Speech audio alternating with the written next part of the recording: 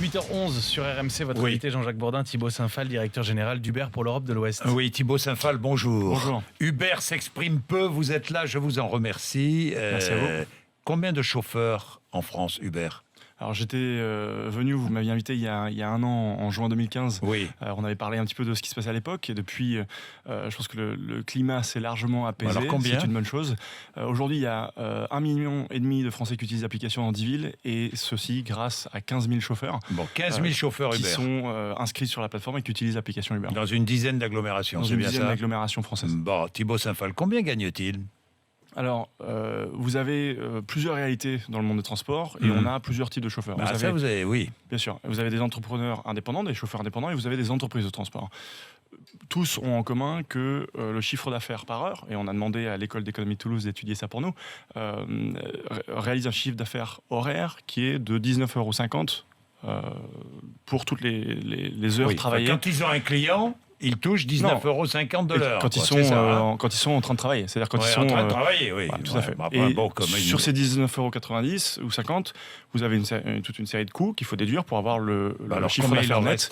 Il leur reste entre 8 et 11 € en fonction de 8 et 11 € de l'heure, donc. Tout à fait. Quand ils travaillent. Parce qu'il faut déduire. Franchement, parce qu'il faut déduire les coûts du beurre, mais aussi les impôts, les taxes, la TIPP, etc. Mais ça, on ne devient pas riche en étant chauffeur Uber, quoi. On ne devient pas riche, mais on a un travail. Aujourd'hui, on a un travail, oui, mais on a aujourd'hui dans un pays où il y a précaire. Aujourd'hui, la plus grande précarité, c'est le chômage. C'est l'inactivité. Ça, c'est vrai. IFOP, qui a étudié les chauffeurs qui utilisent l'application Uber et d'autres, des concurrents, nous dit que 40% des chauffeurs qui utilisent l'application Uber, des 15 000 chauffeurs, étaient avant en situation d'inactivité et de chômage. Bon. Et une grande partie d'entre eux, entre 20 et 30%, n'arrivaient pas à trouver d'emploi. Pourquoi ? Parce qu'ils étaient victimes de discrimination à l'embauche, ou parce qu'ils sont peu ou sous-qualifiés. Donc la réalité, c'est qu'aujourd'hui, vous avez des gens qui sont en situation de précarité dans des quartiers.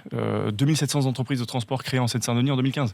Il n'y a aucune autre entreprise qui peut en dire autant sur la création d'entreprises et d'emplois en France aujourd'hui. Combien arrêtent ? Est-ce que vous avez un pourcentage de chauffeurs qui arrêtent, qui ont commencé Uber et puis qui arrêtent ? Alors on regarde ça de très près. Pourquoi ? Parce que les chauffeurs sont nos clients. Bien sûr, j'imagine. Sont nos clients. Chaque client chauffeur qu'il faut acquérir pour nous. Combien ? Ça prend du temps, ça coûte de l'argent et on ne veut pas les perdre. On regarde ça de très près et vous avez en fonction de leur profil, il y a plusieurs réalités dans le monde des transports. Les VTC, qui sont la partie plus importante. Vous ne me répondez pas. Quel est le pourcentage ? Non, vous savez, il y a une technique. Entre 10 et 20%. Voilà. Vous me répondez, vous expliquez après. Exactement. Je commence par donner la réponse. Ça. Vous savez, on renverse l'entonnoir. Exactement. Oui. Entre 10 et 20%, et ça dépend... Entre 10 et 20% qui arrêtent. Quoi. Qui arrêtent sur une période de 12 mois. Ce qui est très faible. 12 mois sur une période de 12 mois. Donc ce qui est très faible et ce qui est inférieur à la plupart des entreprises de transport ou des jobs que les gens ont dans des métiers peu qualifiés. Est-il vrai qu'il y a des chauffeurs de taxi qui sont aussi chauffeurs Uber ? Tout à fait. C'est permis depuis un certain temps. Et aujourd'hui, vous avez près de 400 chauffeurs taxi qui sont inscrits sur l'application Uber, qui l'utilisent pour avoir des courses. Vous savez, le grand changement, parce qu'on parle beaucoup d'Uber, mais on ne parle pas de la réalité du changement qui a eu lieu, que l'histoire retiendra. C'est le smartphone. On a tous un smartphone dans notre poche. Et les chauffeurs aussi, ils ont un smartphone. Ce que veulent les chauffeurs de taxi aujourd'hui, c'est qu'on leur dise qu'ils ont un avenir et qu'ils peuvent faire du chiffre d'affaires grâce à des courses qu'ils obtiennent par différents moyens. Le smartphone, c'est ce moyen. Aujourd'hui, vous avez 400 taxis qui utilisent l'application Uber pour avoir des courses et on pense que ça va aller en grandissant vers plusieurs milliers d'entre eux. Est-ce qu'il vaut mieux utiliser Uber qui paie ses impôts aux Pays-Bas ou utiliser chauffeur privé qui paie ses impôts en France ? Alors Uber paye ses impôts en France. Sur 10 € de course, vous en avez 8 qui vont dans la poche du chauffeur déjà. Ensuite, vous en avez encore une partie importante autour de 1 € qui reste en France. Pourquoi ? Pour tous les salaires. 1 € qui reste en France pour les salaires, oui. Pour les salaires, pour les impôts, pour les cotisations sociales que nous on paye en France.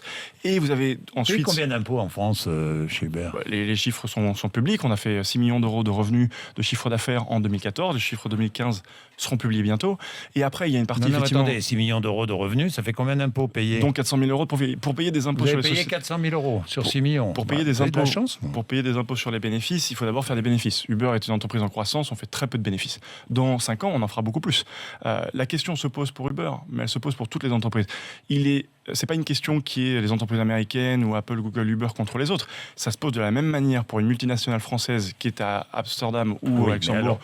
Non, on est d'accord, mais est-ce que les revenus d'Uber France, je dis pas que c'est illégal, attention. Non, est-ce que les revenus d'Uber France sont remontés aux Pays-Bas ? Il y en a une partie parce qu'on a des coûts aux Pays-Bas. On a des ingénieurs. Non, une partie qui est tout à fait proportionnelle aux activités. On a des activités en France. D'abord, il y a 8 euros sur 10 d'une course à 10 euros qui reste dans la poche du chauffeur et sur lequel il paye ses cotisations sociales, ses impôts, sa TIPP, sa TVA, etc. Donc ça, c'est une réalité qui n'est pas celle de beaucoup d'autres entreprises dans d'autres secteurs. Ensuite, nous, on a des coûts qui sont en France. Pour cela, on a des impôts en France. On a des coûts qui sont aux Pays-Bas. Pour cela, les impôts, ils sont aux Pays-Bas. Et ça, est-ce qu'il faut le changer ? Peut-être, mais dans ce cas-là, il faut que les États fassent l'arbitre et fixent des nouvelles règles. Elles n'existent pas aujourd'hui. Si elles sont fixées un jour, Uber les respectera comme toutes les règles. Donc, est-ce qu'il vaut mieux, je vous repose la question, prendre un chauffeur privé ou un Uber ? Je trouve ça très bien qu'on ait des concurrents français, ils se débrouillent très bien et ils sont en pleine croissance. Je pense qu'il faut prendre Uber. Pourquoi ? Parce que sur Uber, il y a de plus en plus de taxis, donc c'est plus mélangé pour les chauffeurs. Donc pour les chauffeurs, on pense que c'est bien d'aller sur Uber. Et surtout, on a Uberpool qui permet à des gens qui voyagent dans la même direction de partager un trajet. Et donc sur Uberpool, vous avez des trajets vraiment pas chers. Et le chauffeur s'y retrouve. Pourquoi ? Parce qu'il a 2 passagers, voire 3, voire 4, qui se connaissent pas, mais qui voyagent dans la même direction. Oui, ça existe. Et ça, on est les seuls à l'avoir. D'autres le font. Non, d'autres le font. En France, on est les seuls à l'avoir. Bon. Dites-moi, qu'est-ce que vous allez lancer là bientôt ? Alors, on a lancé... Racontez-moi. Le véhicule autonome, vous allez le faire en France ou pas ? Avant de faire ça, on a lancé la livraison de repas. Ça s'appelle Uber Eats. Oui.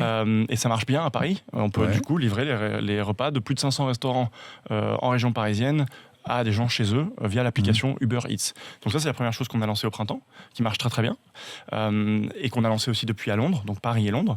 Et on lancera d'autres villes en France. On réfléchit éventuellement à d'autres choses, comme la livraison de colis, ce qui est un aspect important pour les petites entreprises. Et concurrencer Amazon.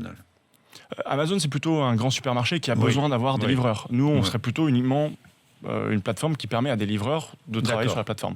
Donc ce ne serait pas la concurrence, ce serait plutôt 2 parties différentes. Voilà, un complément. Et après, qu'est-ce qu'il y a d'autre ? Évidemment, vous avez vu et vous en parliez, les véhicules autonomes, on les a lancés à Pittsburgh, aux États-Unis. Est-ce que ça viendra en France bientôt ? Ça viendra en France. D'ailleurs, on a vu que... Une expérimentation va être tentée ou pas ? Le gouvernement français a fait un pas en avant qui a été très remarqué en Europe, en autorisant l'expérimentation pour les véhicules autonomes en France. Dans certaines conditions, certes, mais c'est autorisé. C'est pour ça que j'ai vu ça. Très bonne chose que la France se positionne clairement. Et pourquoi ? Parce qu'on a des champions mondiaux dans ce domaine, y compris des constructeurs automobiles, Renault parmi les premiers, qui vendent beaucoup de voitures électriques et qui veulent aller sur ces secteurs. Ce qu'on a fait à Pittsburgh, c'est qu'on peut commencer à prendre des courses dans des véhicules autonomes. On aimerait évidemment pouvoir les tester le plus vite possible en France. Ça pose évidemment la question de comment on fait et que font les chauffeurs. Les chauffeurs, tout simplement, c'est des entrepreneurs de transport pour beaucoup d'entre eux, de plus en plus. Ils pourront acheter les véhicules, faire la maintenance. Donc vous y pensez ? On y pense, c'est une possibilité.